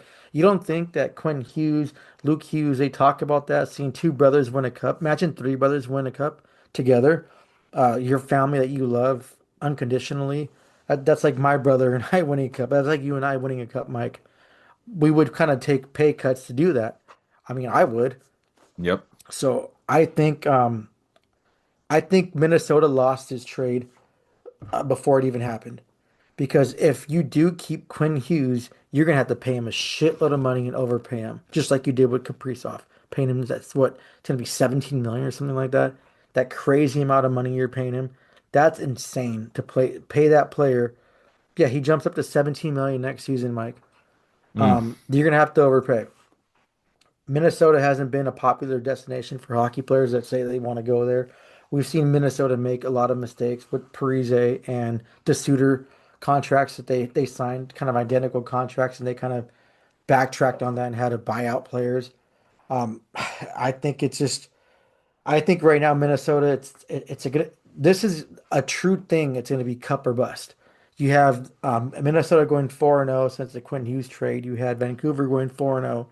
You had William providing some offense. You have Rossi going out there and playing that kind of that center spot that you really want it. But man, that's a hell of a return. And you mentioned too New Jersey. Yeah, they want him too, but there's a lot of hurdles with New Jersey. Their cap space. I mentioned that they wanted to get rid of Dougie Hamilton and had Quinn Hughes replace him. Dougie Hamilton has 3 more years at $9 million, Mike. So that's going to be hard for them to do it. And then it was a rumor that Vancouver wanted Nico Heishier, but they didn't want to give him up. The Rangers were interested in him, but then they wanted Cooley. They wanted no Coolia. I'm pronouncing his name wrong. They wanted defenseman Schneider, and they wanted another significant player from the Rangers. They didn't want to do it. Other teams have were calling in on it. The price was too high, as it should be. I think Quinn Hughes is probably one of the top. I want to say top three defensemen in the world. So that's going to be significant. We have Cale Makar from the Avalanche. His contract's coming up soon too. So that's going to kind of dictate what they get paid. And depending on the contract amount that Quinn Hughes gets paid, it's going to be significant higher for Cale Makar. So that's the thing to watch. But this trade was one of those ones where I had to double check and make sure that I wasn't getting fooled by one of those fake people that want to post things because it was just too big of a trade.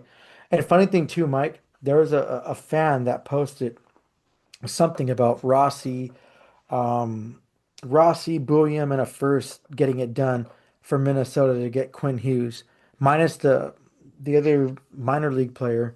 That fan was spot on. That was just crazy to see. He predicted it. I want to try to find that X post and write him to see if he can help me out with some of these bets on Price Picks and DraftKings that I use. Because he called it, but a trade like that is wow. That was crazy. It's like Edmonton made that trade with the goalies. Everyone was flipping out about that. Then Edmonton goes and makes a minor trade for a defenseman and a third round pick. And everyone's like, "Oh, Edmonton." And I mentioned too, like, are they going to get the hat trick of trades today? And then boom, Vancouver drops the ball in Minnesota, and that was just huge. But like I said before, Mike, I think it's a glorified Randall Blair, and if Minnesota doesn't win the cup, then they gave up a lot of their assets and future just for that. And I really hope the Wild don't win a cup because I can't stand that team. But then part of me is like, okay, maybe they should because giving up that much for a rental player and potential, like if they keep him, they keep him. Maybe I'm wrong. I've been wrong before, but I don't see it, Mike. I think if you and I had a chance to play hockey together on a pro team, we would make that happen. Just like my brother too, or any like my family, we would make it happen. And I think him mentioning that before he wants to play with his brothers, that goes a long way. It's going to be harder for the Wild to get Jack Hughes and Luke Hughes on the Wild than it is going to be New Jersey getting Quinn Hughes on their team. Oh yeah, that's a great point. Absolutely. And I'm curious to see what'll happen because, like you said, they're already paying Kaprizov all this money. His contract jumps up.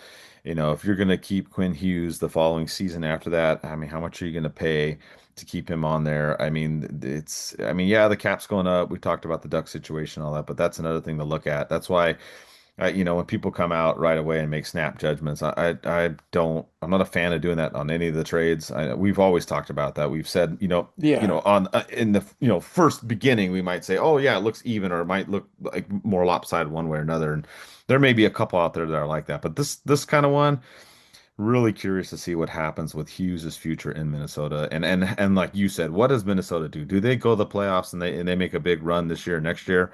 If they don't make a run and win the cup in this season or next season, and Hughes leaves, then Vancouver won the trade. And if Hughes ends up somewhere else, like New Jersey with his brothers or something, or even another team, whatever, then yeah. So to me, he could be a 1.5 year rental, like you said. And if that's the case, then I think Vancouver won the trade. But time will tell on that one. And you're right, that was crazy because you had these Edmonton trades, then this trade came out, the world lost their mind. Same thing when when you were mentioning about double checking it. I'm always like, okay, did Elliot Freeman post it? Did the teams post it? Right? Because there's all these accounts that like to post fake news on there. And that came out, and that was crazy. And then you just had a couple minor ones before this holiday trade freeze. You had Phil Deneau, which was kind of out there. There was rumors that LA wanted to move him. They sent him to Montreal for a second round pick in 2026 draft. And then Seattle sent Marchman to Columbus for a fourth in 2026 and a second in 2027. Marchman did play in that game against the Ducks. This last one we talked about, and he was productive in that game. Of course, as we said, the Ducks won. So you had those couple little trades, and now there's the freeze. So everything will calm down here for the next week or so, and then obviously things will ramp back up over the holiday. But yeah, I mean, you had some trades and some moves going on here.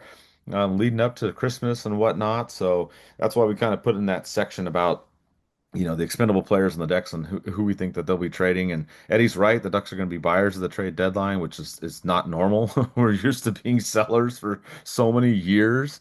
So, of course we'll have a show in January and then as the trade deadline comes up and a lot of that stuff. But um the only other thing I did want to mention is coming up, and like we said, Eddie and I have our birthdays in January. We found out from Mayor's Manor that there's going to be a color rush game between the Ducks and the Kings. They're both going to wear their home jerseys. Apparently, when the Ducks go to LA on the 16th, they're going to wear their orange jerseys. He's telling us. He put out an article too on social media, and then they play again the 17th at home.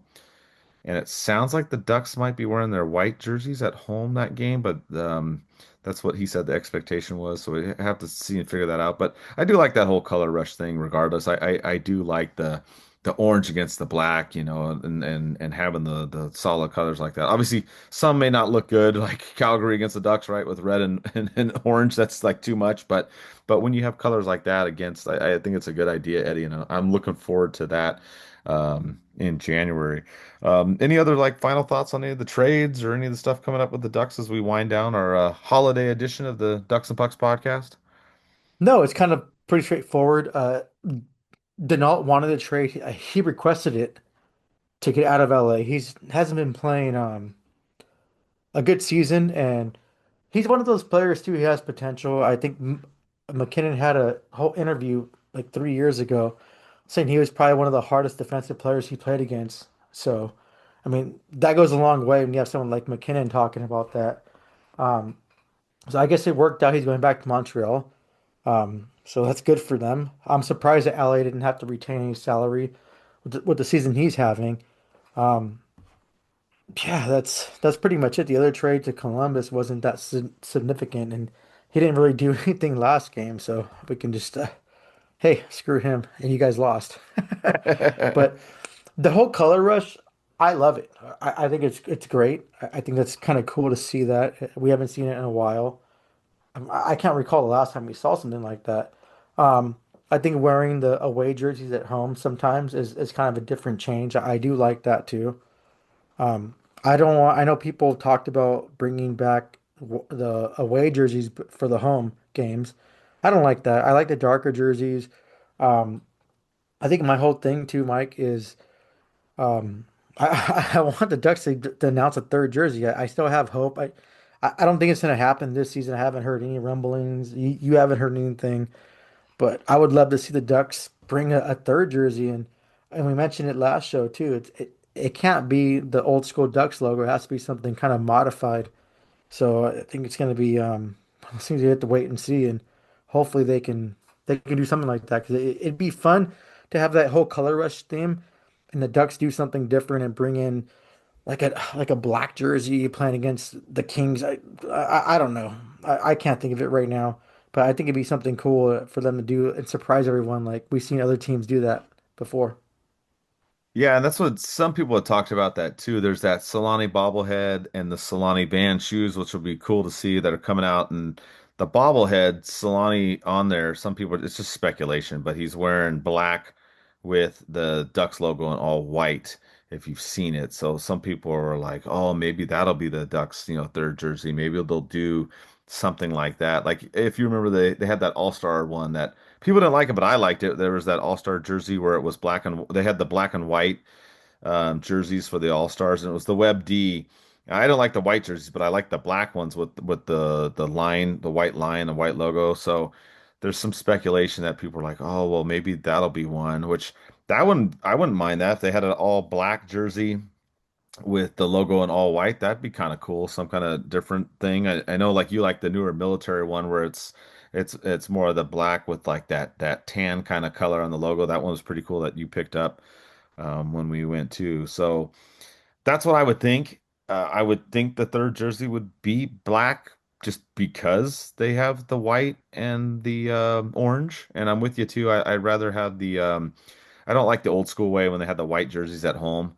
I like them having their predominant color as their home jersey. I think that's the way it should be. But yeah, it doesn't sound like there's anything this season. It sounds like if it happens, it's going to happen next season. But who knows? You never know. The Ducks just dropped this Vans collab with Solani. So, I mean, they've been pretty good about like keeping things close to the chest and then just boom dropping them, and then you're like, oh shit, like because that I'm ready to get those Solani Van shoes, Eddie. I was like all excited. I'm all yeah, this is badass. So that's another thing I do want to mention too, is we talked about the Ducks social media and how they've been good about all that. They've been really good with the products and stuff. I picked up my season ticket holder vest, which was very, very cool.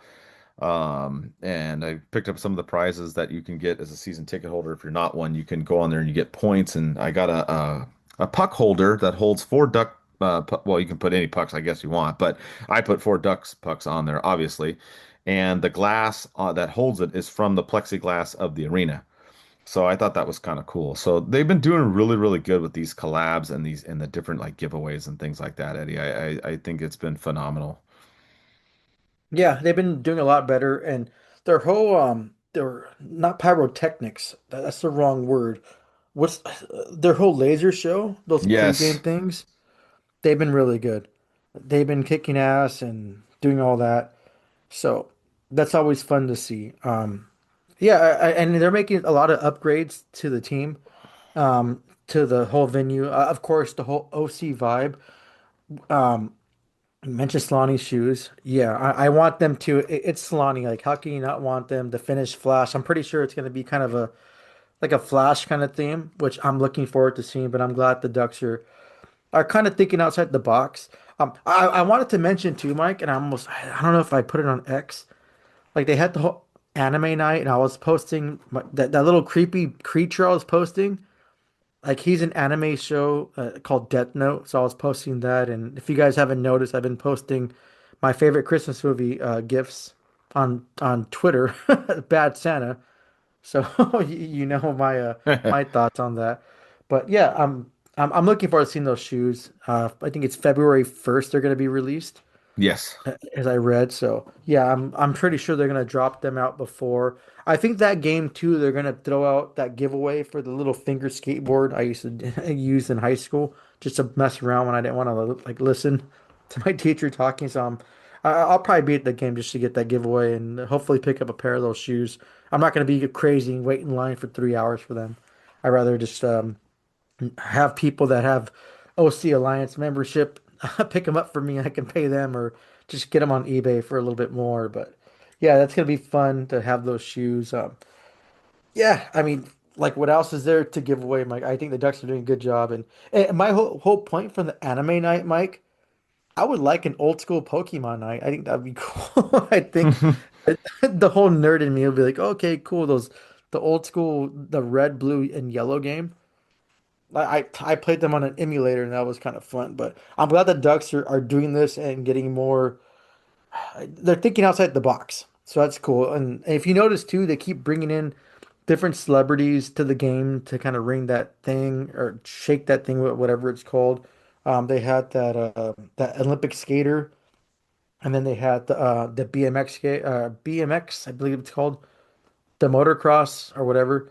Right. The guy Twitch, yeah, he was there. So it's good to see them trying to do that, think outside the box and kind of gear that to, I guess, more fan participation. You bring in people that are non-traditional Ducks fans, but they're fans of whatever athlete or superstar they're bringing in or actor.